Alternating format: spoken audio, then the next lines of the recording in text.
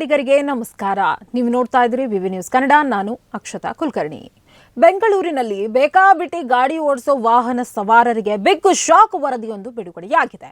ದಿನದಿಂದ ದಿನಕ್ಕೆ ನಿಯಮ ಉಲ್ಲಂಘನೆಯ ಪ್ರಕರಣಗಳು ಹೆಚ್ಚಾಗ್ತಾ ಇದ್ದು ಬಿಎನ್ಎಸ್ ಕಠಿಣ ಕಾನೂನು ಕ್ರಮಕ್ಕೆ ಮುಂದಾಗಿದೆ. ಈ ಬಗ್ಗೆ ಇಲ್ಲಿದೆ ಒಂದು ಸ್ಪೆಷಲ್ ರಿಪೋರ್ಟ್.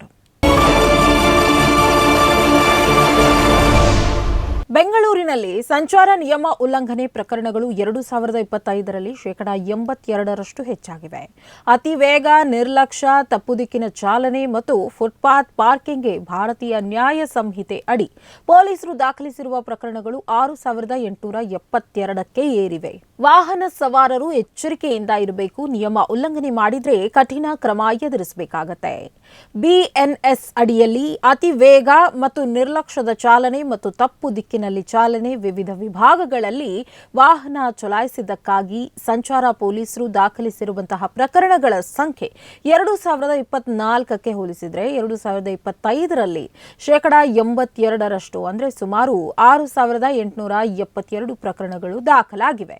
ಇದು 2024ರಲ್ಲಿ ಹೋಲಿಸಿದರೆ ಈ ವರ್ಷ 3774 ಪ್ರಕರಣಗಳು ಹೆಚ್ಚಾಗಿವೆ. ಬಿಎನ್ಎಸ್ನ 285ರ ಅಡಿಯಲ್ಲಿ ಸಂಚಾರಕ್ಕೆ ಅಡ್ಡಿಯುಂಟು ಮಾಡುವವರ ವಿರುದ್ಧ ಪ್ರಕರಣಗಳನ್ನು ದಾಖಲಿಸಿಕೊಳ್ಳುವ ಅವಕಾಶವಿದೆ.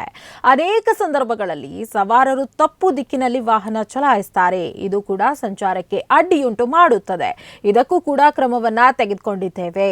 ಇನ್ನು ಪ್ರಕರಣಗಳನ್ನು ದಾಖಲಿಸುವುದು ಸಂಚಾರ ದಟ್ಟಣೆ ಉಂಟಾದಾಗ ಮಾತ್ರ, ಇಲ್ಲವೆಂದ್ರೆ ಚಲನ್ ನೀಡಲಾಗುತ್ತದೆ ಮತ್ತು ದಂಡವನ್ನ ಸಂಗ್ರಹಿಸಲಾಗುತ್ತದೆ ಎಂದು ಜಂಟಿ ಪೊಲೀಸ್ ಆಯುಕ್ತ ಕಾರ್ತಿಕ್ ರೆಡ್ಡಿ ತಿಳಿಸಿದ್ದಾರೆ.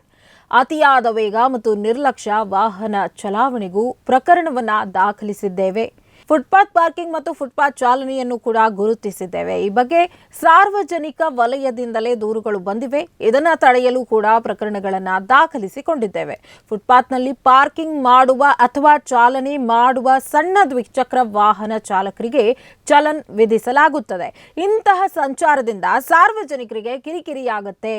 ಈ ಕಾರಣಕ್ಕೆ ಫುಟ್ಪಾತ್ ಚಾಲನೆ ಅಕ್ರಮ ಎಂದು ತಿಳಿಸಿದ್ರು.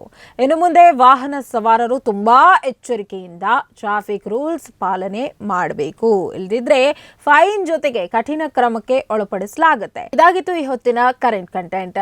ಸಮಗ್ರ ಸುದ್ದಿಗಳಿಗಾಗಿ ಸದಾ ಗಮನಿಸಿ ವಿವಿ ನ್ಯೂಸ್ ಕನ್ನಡ. ಇದು ಕನ್ನಡಿಗರ ಪ್ರತಿಧ್ವನಿ.